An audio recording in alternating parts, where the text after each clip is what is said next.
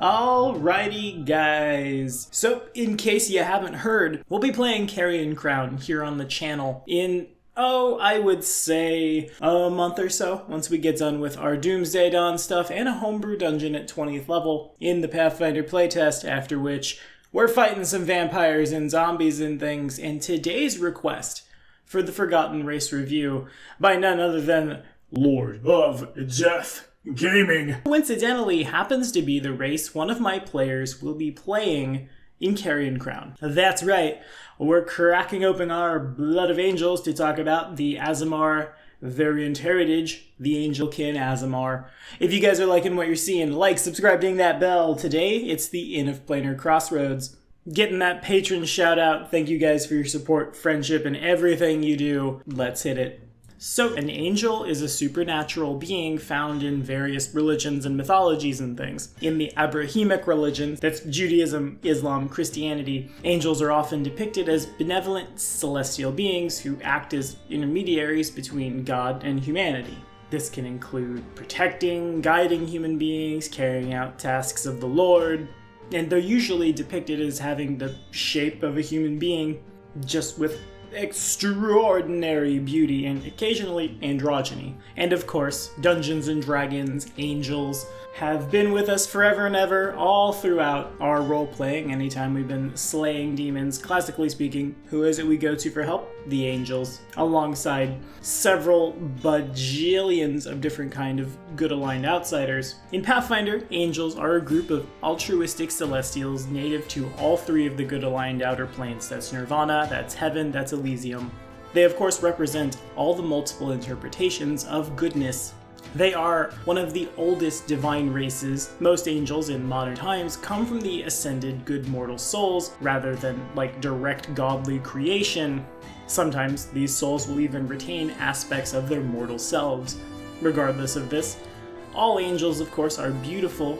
They have no fixed form because they are superlative shapeshifters. Unlike other forms of celestials, angels have no problems traveling where they feel they are needed. Many can be found watching over the River of Souls, assaulting the Abyss, and of course, as one can make the logical jump there, on the material plane. And to run with that even further, the Solar Angel, one of the most powerful of them, if it happens to spend too long in the material plane, especially if it's in the guise of a mortal, sometimes becomes the source of a half-celestial or an Aasimar in mortal families, due either to, the birds and the bees, or simply the mortals being just too close to the amount of celestial energy these guys put off. Despite what gender a solar angel might appear as, they're incapable of reproduction, and so, truly, sometimes that in fact drives a solar angel to the material plane to, reproduce.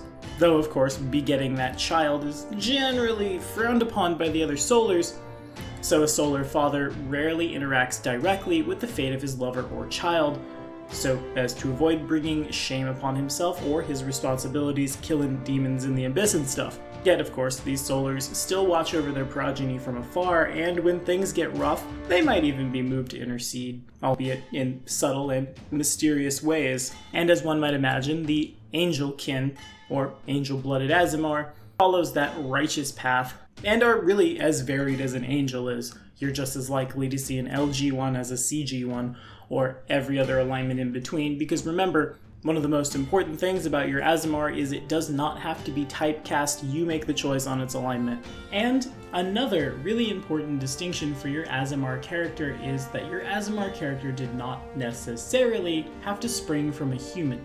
Any intelligent creature can bear Aasimar children, and when they do so, typically speaking, that child exemplifies the good features of their race. So your orcish Aasimar wouldn't necessarily look angelic so much as like metallic tusks, shinier skin, bigger, brawnier, whereas your human or halfling or elf, say, Aasimar would look a little more beautifully proportioned, everything filling out just right, and that leads into our age, height, and weight and stuff. If you look at the SRD, a human Aasimar comes of age at 20 years, just a little after a human, but remember, that doesn't tell us the whole story because, well, you might play something else.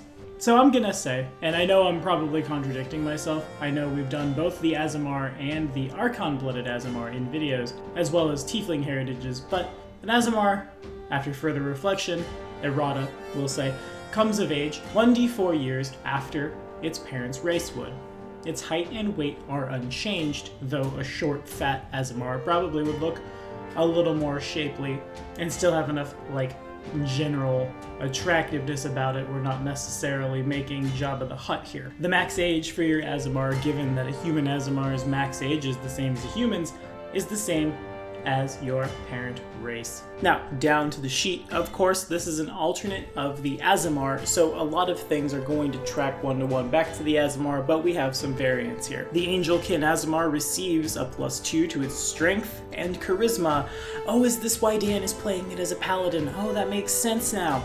With no negative stats, and receives a +2 racial bonus on heal checks, as well as knowledge the planes.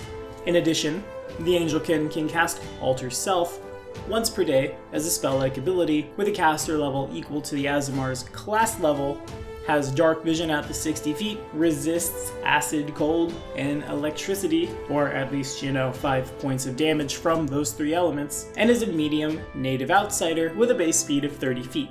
Now, again, if you'd like to see this race in action, we've got an Angel-blooded Aasimar coming in, Paladin of Sarenrae, in Carrion Crown, an AP that certainly proves to have an overabundance of Smite Evil targets, and that's definitely a really solid place to play your Aasimar.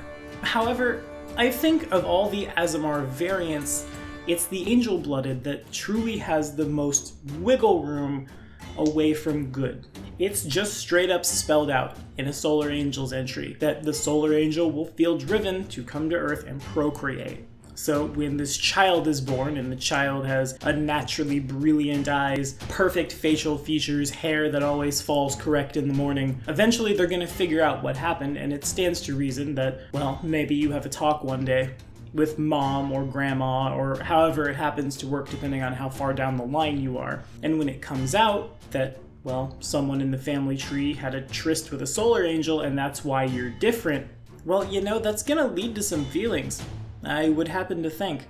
Sure, typically speaking, they are driven to serve as exemplars of good and light and righteousness, but I don't think that's always the case, especially, again, for these guys. I could see a lot of resentment because, one of your parents wasn't in the picture, especially if mom happened to be really poor or sickly or abused by a future lover, on and on and on and on. Of course, you're going to resent your all-powerful other parent for not stepping in and doing something about it, and if that's not a path to evil, I don't know what is, truly. And I think that is how I would play my Angel-blooded Aasimar. I've played an Aasimar in the past, but it was an Archon-blooded, and I've GM'd for about 1 billion Aasimars because it's a really popular race. Of course, tropes are tropes for a reason, and if, to mildly spoil Carrion Crown for you guys, your Aasimar was born from Aasimar, with a long tradition of Angelkin Aasimar in the family, and just kind of, bred into the Paladinhood, the Deus Vault,